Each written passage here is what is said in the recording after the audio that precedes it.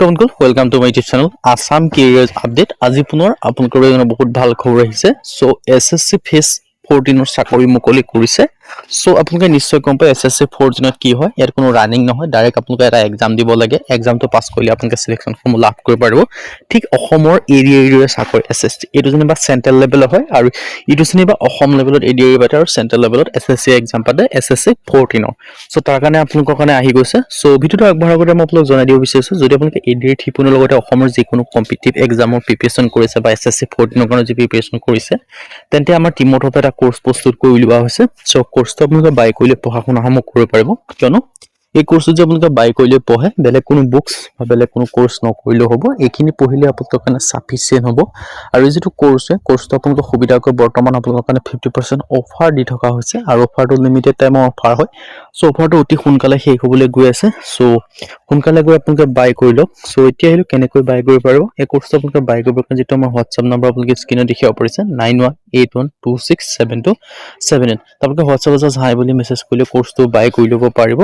আৰু এই কোৰ্সটো যে ভালদৰে পঢ়ে আপোনালোকে নিশ্চয় সিলেকশন ফৰ্ম লাভ কৰিব পাৰিব। সো এডিআৰ ঠিপনৰ ক্ষেত্ৰত one of the best course. So এতিয়া আহিলো কেনেকৈ বাই কৰিব পাৰিব। এই কোৰ্সটো আপোনালোকে বাই কৰিব কাৰণে যেটো আমাৰ WhatsApp নম্বৰ আপোনালোকে স্ক্ৰিনত দেখিব পাৰিছে 9181267278 আপোনালোকে WhatsApp হাই বুলি মেছেজ কৰিলে হৈ যাব। আৰু এই যেটো কোৰ্স হয় কোৰ্সটো আপোনালোকে আপোনালোকৰ অফাৰটো অতি সোনকালে শেষ হ'বলৈ গৈ আছে। সো যিমান পাৰে সিমান সোনকালে কোৰ্সটো বাই কৰি লওক। সো এতিয়া কোৰ্সটো আপোনালোকে কি লাভ কৰিব পাৰিব 10000 কোৱেশ্চন উইথ এনসাৰ 10000 প্ৰশ্ন উত্তৰ লাভ কৰিব পাৰিব। অসমীয়া আৰু ইংৰাজী মাধ্যম দুইটা মাধ্যমতে লাভ কৰিব পাৰিব। অল টপিকৰ A to Z এনালাইসিস যিমানখিনি সাবজেক্ট আছে সাবজেক্টখিনি যিখিনি টপিক আছে সেই সকলোখিনি টপিকৰ A to Z এনালাইসিস লাভ কৰিব পাৰিব। তাৰ পিছলৈ কি সাবজেক্ট কি মিডিয়ামত আছে অসমীয়া আৰু ইংৰাজী মাধ্যম দুইটা মাধ্যমতে আছে। অল টপিকৰ A to Z এনালাইসিস যিমানখিনি সাবজেক্ট আছে সাবজেক্টৰ যিখিনি টপিক আছে সেই সকলোখিনি টপিকৰ A to Z এনালাইসিস লাভ কৰিব পাৰিব। তাৰ পিছত কি সাবজেক্ট আছে সোশ্যাল ষ্টাডি হওক জেনাৰেল নলেজ হওক মেথমেটিক্স হওক ৰিজনিং হওক ইংলিশ গ্ৰামাৰ সকলোখিনি এভেইলেবল আছে। তাৰ পিছত আপোনালোকৰ মক টেষ্টৰ কাৰণে টেষ্ট পেপাৰ আছে, প্ৰিভিয়াছ কোৱেশ্চন পেপাৰ আছে। আৰু যেটো কোৰ্সটো যদি সিলেবাস হয় 2026-27 বৰ্ষৰ সিলেবাসৰ ওপৰত ডিপেন্ড কৰি বনোৱা হৈছে।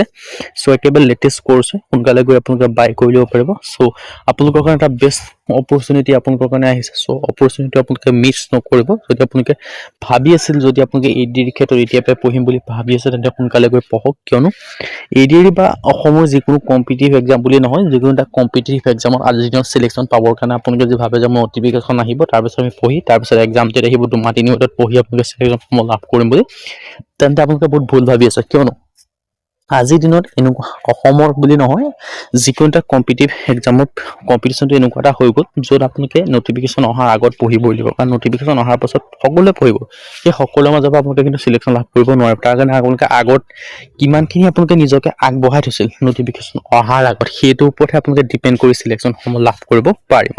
সো এতিয়া আপোনালোকে সোনকালে পঢ়া শুনা আৰম্ভ কৰি দিয়ক। সো মই আপোনালোকক জনাইছো যে এসএসসি 14 পৰা চাকৰি মুকলি কৰিছে। এসএসসি 14 মানে আছে এনেকৈ আপোনালোকৰ এডিআৰ 1.0 হয়, এডিআৰ 2.0, এডিআৰ 3.0 তেনেকৈ এসএসসি 14 বাৰ মানে এসএসসি ফালৰ পৰা এইখিনি নটিফিকেশন ৰিলিজ কৰিছে। ইয়াত আপোনালোকৰ 3000 প্লাছ ভেকেন্সি ৰিলিজ কৰিছে এসএসসি 14 ফালৰ পৰা। আৰু এই ভেকেন্সিখিনি মই আপোনালোকক যেনেকৈ কৈছিলোঁ অসমৰ যেনেকৈ ইডিৰ ভেকেন্সি হয় গ্ৰেড 3 গ্ৰেড 4 লেভেলৰ। সো 10 পাছ থাকে 8 পাছ থাকে 12 পাছ থাকে তেনেদৰে এসএসসি 14 10 পাছৰ পৰা আৰম্ভ হয়। 10 পাছৰ কাৰণে ভেকেন্সি থাকিব, 12 পাছৰ থাকিব, ডিগ্ৰী পাছৰ কাৰণে থাকিব। আৰু ইয়াৰ ক্ষেত্ৰত আপোনালোকে 3003টা প্লাছ ভেকেন্সি দেখিবলৈ পাব। আৰু কেটেগৰীজ ভেকেন্সি কেনেকৈ ধুনীয়াকৈ দেখিব পাৰিছে। ইউআৰ কেটেগৰী ক্ষেত্ৰত 1534টা, বাকী এসসি কাৰণে 346টা, এসটি কাৰণে 185টা, ওবিসি কাৰণে 667টা এনেকৈ আপোনালোকে ভেকেন্সিখিনি দেখিব পাৰিছে। সো এটা বেষ্ট অপৰচুনিটি হয় আপোনালোকৰ কাৰণেও। সো সোনকালে গৈ আপোনালোকে এই যিটো এসএসসি 14 আবেদনসমূহ কৰি ল'ব পাৰিব। আৰু বিশেষকৈ অসমৰ যিখিনি এক্সামিনেশ্যন চেণ্টাৰ নৰ্থ ইষ্টৰ এক্সামিনেশ্যন চেণ্টাৰসমূহ আপোনালোকে দেখিব পাৰিছে ইটানগৰ, গুৱাহাটী, ডিব্ৰুগড়, ইম্ফল, শ্বিলং, আইজল, কহিমা, আগৰতলা, শোণিতপুৰ, যোৰহাট, ডিমাপুৰ মানে অসমৰ এইখিনি এক্সামিনেশ্যন চেণ্টাৰ হয়। সো এইখিনি এক্সামিনেশ্যন চেণ্টাৰ আপোনালোকে এক্সামসমূহ দিব পাৰিব।